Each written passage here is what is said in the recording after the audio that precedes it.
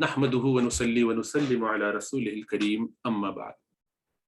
So in Arbaeen-An-Nawawi, Arbaeen means 40, and there's a hidden word. Arbaeen means 40 of An-Nawawi, Imam Nawawi's 40, means 40 hadith. It's a very famous book by Imam Nawawi, whose introduction we have done when we started the book. So we are now hadith number 8.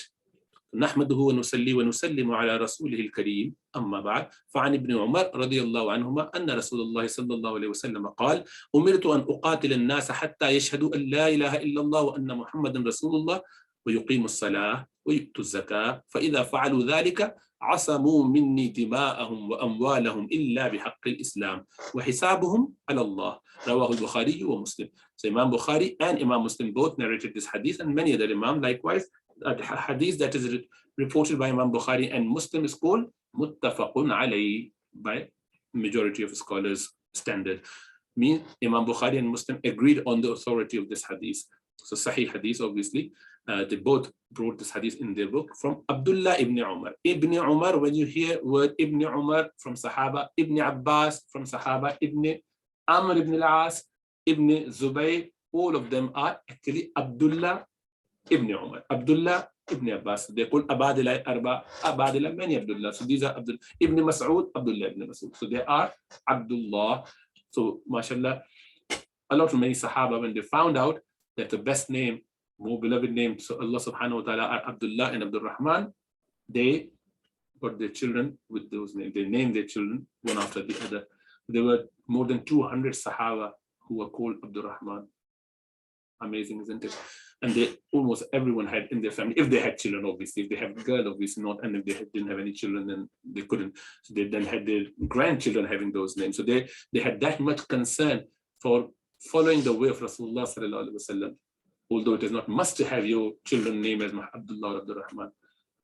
We go by whatever lowest we can go, least number. They go for the highest ever. And that's why they are the best of the best, mashallah.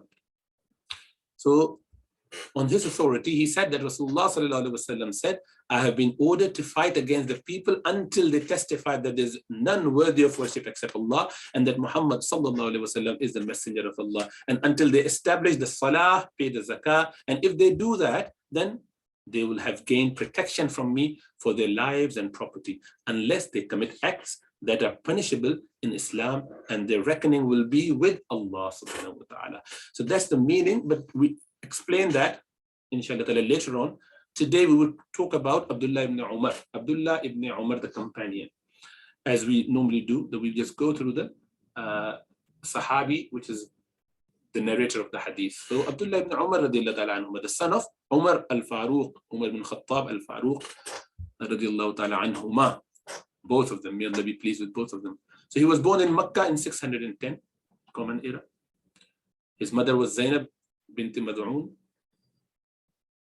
He is a brother of Ummul Mu'mineen, Sayyidah Hafsa.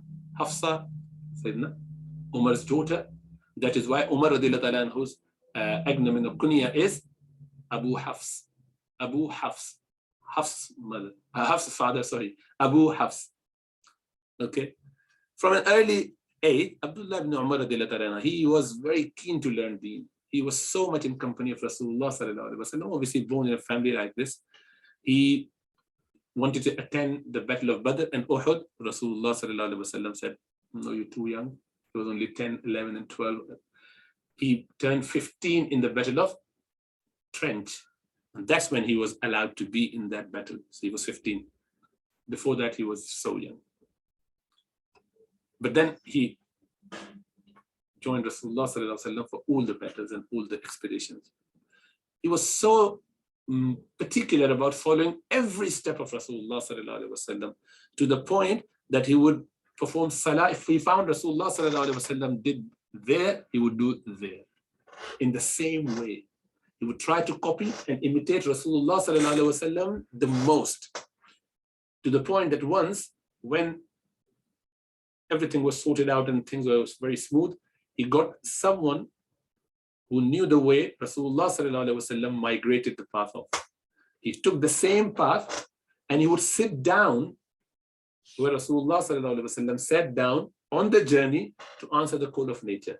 He would, camp where Rasulullah sallallahu alaihi wasallam camped. He would do exactly that. Although the straight path was made now very smooth and easy, he could have gone without having any of such trouble. But why? And it's not sunnah actually in that sense, that it's not a shari'i thing to do. You don't have to do it. The love dictates.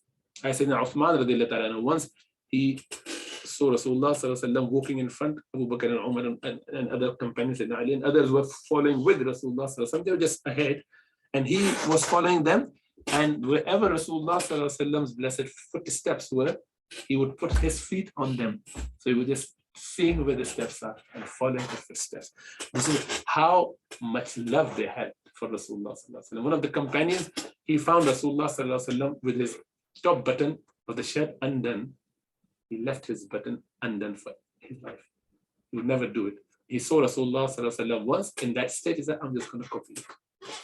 Such was the love and compassion people had for Rasulullah sallallahu alaihi wasallam, because the more you love and imitate Rasulullah sallallahu alaihi wasallam, the closer you get to Allah subhanahu wa ta'ala, and you'll be successful. You'll be sorted out for all your problems. Allah says in the Quran, قُلْ إِن كُنْتُمْ تُحِبُّونَ اللَّهَ فَاتَّبِعُونِي يُحْبِبْكُمُ اللَّهُ وَيَغْفِرْ لَكُمْ ذُنُوبَكُم. If you wanted to follow and if you wanted to love Allah subhanahu wa ta'ala, rather follow Muhammad sallallahu alaihi wasallam, then Allah would instead love you and you will become his friend. So we need to just imbibe that. We need to just internalize that and make our life as a follower of Rasulullah sallallahu alaihi wasallam, a devout lover of Rasulullah sallallahu alaihi wasallam. Anyway, he would do that. So Aisha radiallahu anha said, there was no one who followed the footsteps of Rasulullah sallallahu alaihi wasallam in the places where he alighted as did Ibn Umar. He was very cautious, very, very scrupulous, very, very careful about not responding to the fatwas. He would not, people ask him, he would say, once he was asked about someone for a judgment on a masala, someone had a question, so they asked a question. So he said, I don't know. The man just went and then he became so happy. Alhamdulillah. He said, the son of Umar was asked about what he does not know, and he said, I do not know. He was so happy about that. He actually clapped. Like he was so happy about that, overjoyed for the fact that just what he was trying to tell us with this action is, many a time when you ask a question, anyone's asked about a question and they know the answer, or if they don't know, even then they try to respond somehow to make sure, because it is ego. It makes you feel, oh, I don't know the answer. Let me try come up with something. At least say something. Don't feel like dumb. Don't like I don't know. I don't want him to think that I don't have a clue about it. And that's ego. That's like being completely stricken by the disease of the heart, which is I want my image not being tarnished by any of those feelings by people. I'm not concerned about Allah. I'm more concerned about people's view about me. Inna lillah. And that's the problem. This is why when Imam Malik rahmatullah alayh, when he was considered to be one of the greatest of the Imam as per the hadith of Rasulullah sallallahu alaihi wasallam, and by consensus he was at that time. So Rasulullah sallallahu alaihi wasallam said there will be a time when people would migrate from far and wide. People would travel from far and wide to Medina only to learn something of deen, hadith, from the greatest of the Imams of the time, the person who would have the most knowledge. Obviously, he didn't say who that person is. But Ummah agrees that this was Imam Malik. He was in Medina and people used to come from left, right, and center to only learn from him. And he would know the most. He was Imam of that time. And yet, a group of people came. They had about 20 questions. They asked the question. More than half, he said, I don't know.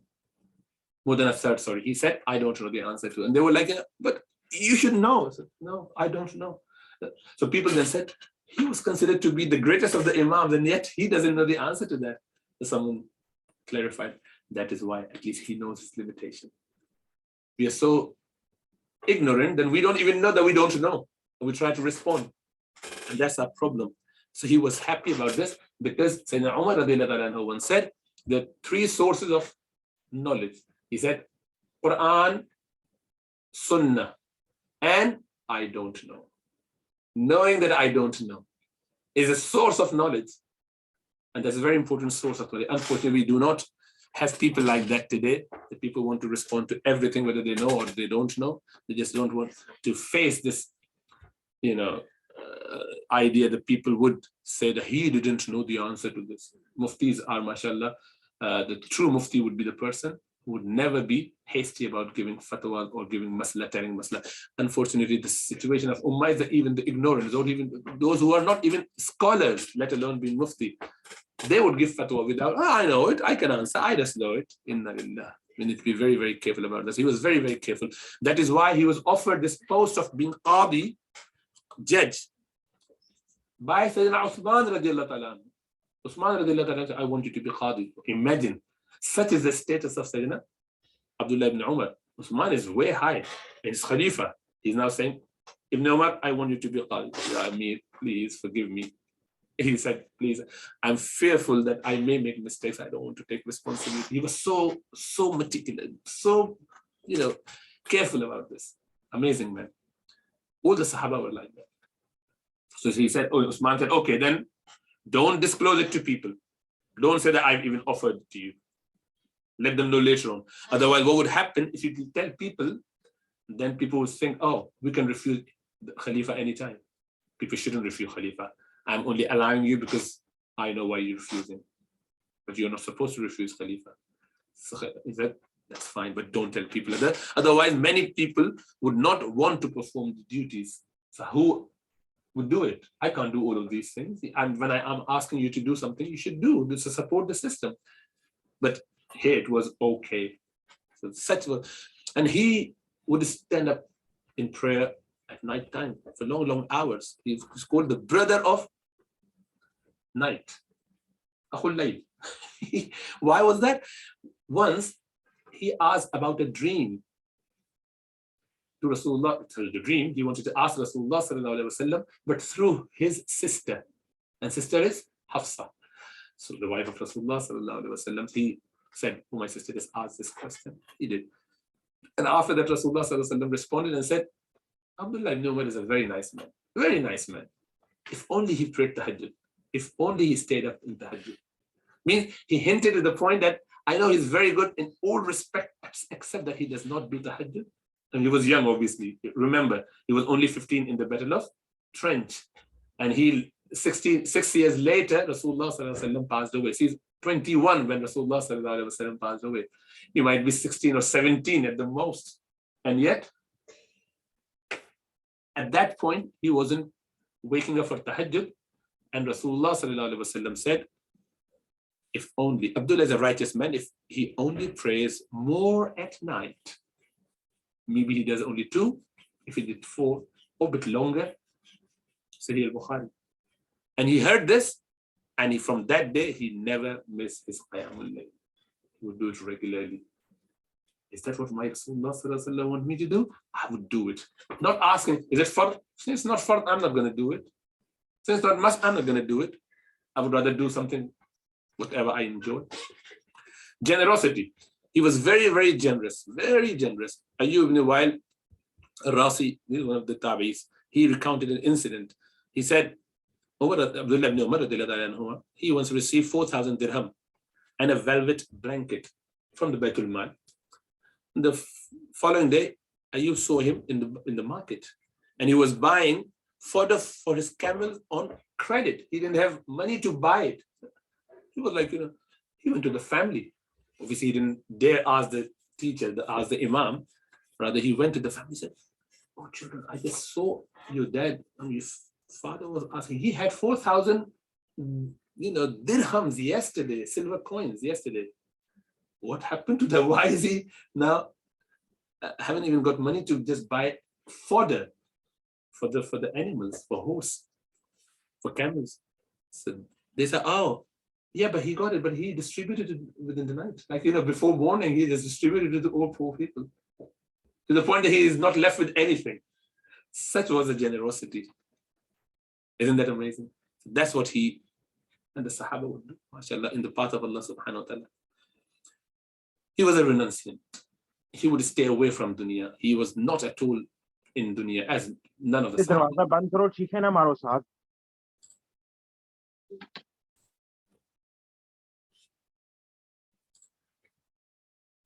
So a friend came to him and he got him a very nice Khurasan. Yeah, he brought him a very, very nice, fine clothes, asking him to just have this soul. This is very nice and look good. And he looked at that, oh, mashallah, good, good, because you get happy when someone gives you a gift.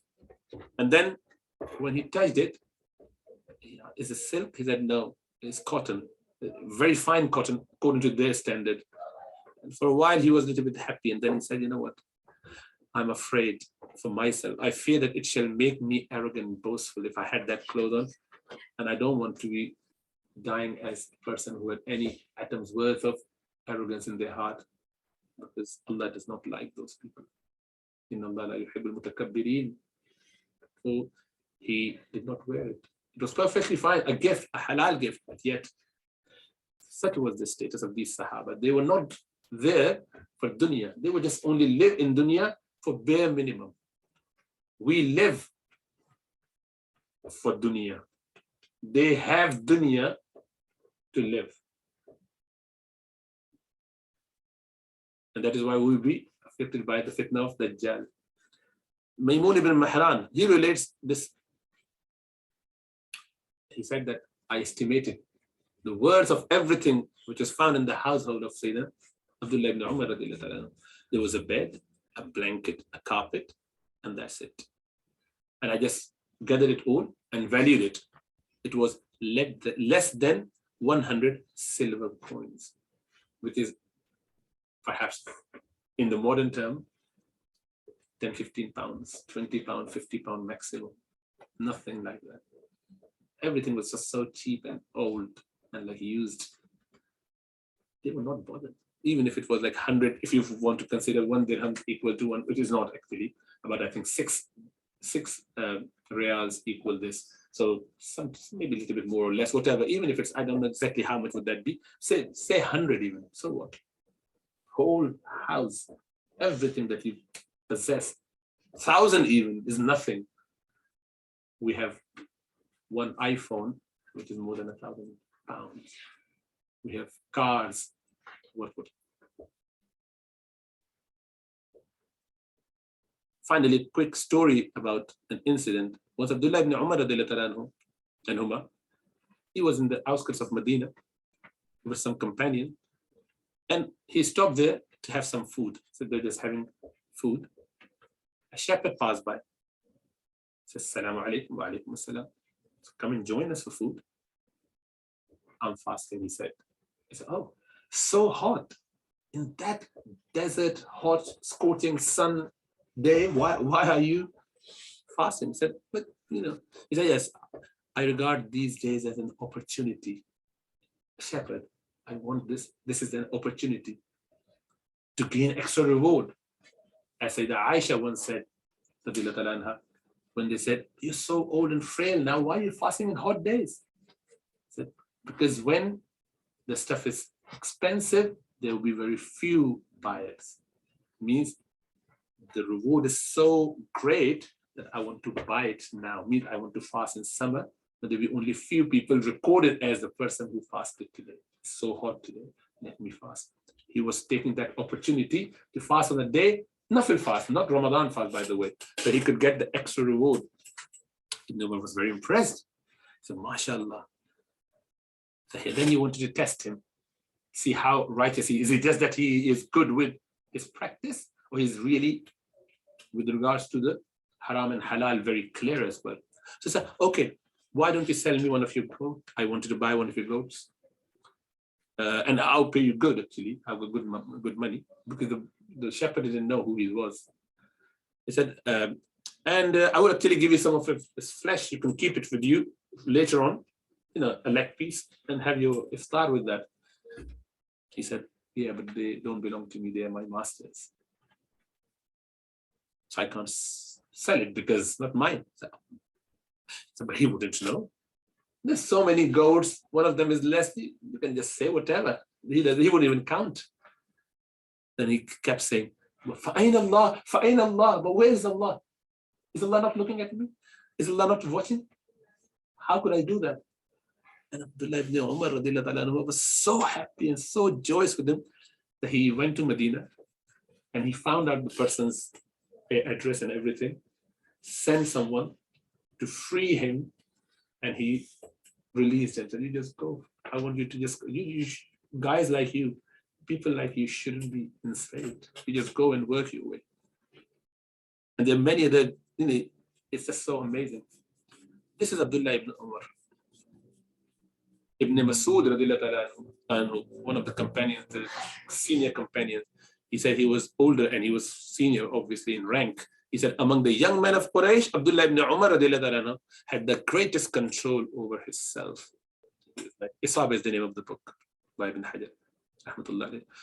His simplicity, Sayyid ibn Jubayr, one of the Tabi, he said that once he found him lying on a thick sheet, which is used under the saddle of camel, he would sit and sleep on that. His mattress was this. He's happy with that. Jabir ibn Abdullah, one of the companions, he says that Abdullah ibn Umar had no inclination towards this material world. That is why even today, when you look at him, it's amazing. He has recorded the second most ahadith of Rasulullah sallallahu alaihi wasallam, 2,630. He was so meticulous in learning and following and memorizing what he did. Just not memorize it, he practiced all of that. So when he did that, it became like easy to remember. When you do practice something, you don't forget. We learn something, but we never revise it. We never go back to it. And we not revise it, we don't even practice it. So the dua that you have learned, for example, Allahumma a'inni ala dhikrika wa shukrika wa husni ibadatik, and you don't do after each prayer, you're going to forget it, obviously. They wouldn't, because they put everything into practice. It becomes their, part and parcel, the way, the lifestyle. And he, radiallahu ta'ala anhu, then passed away in Mecca in 74 after Hijrah. And he was about 83 years old. Obviously, he had family and children. And this is our hero today, Abdullah ibn Umar radiallahu ta'ala anhu. May Allah give us tawfiq to follow his steps. Inshallah ta'ala, we now move on to the next lesson.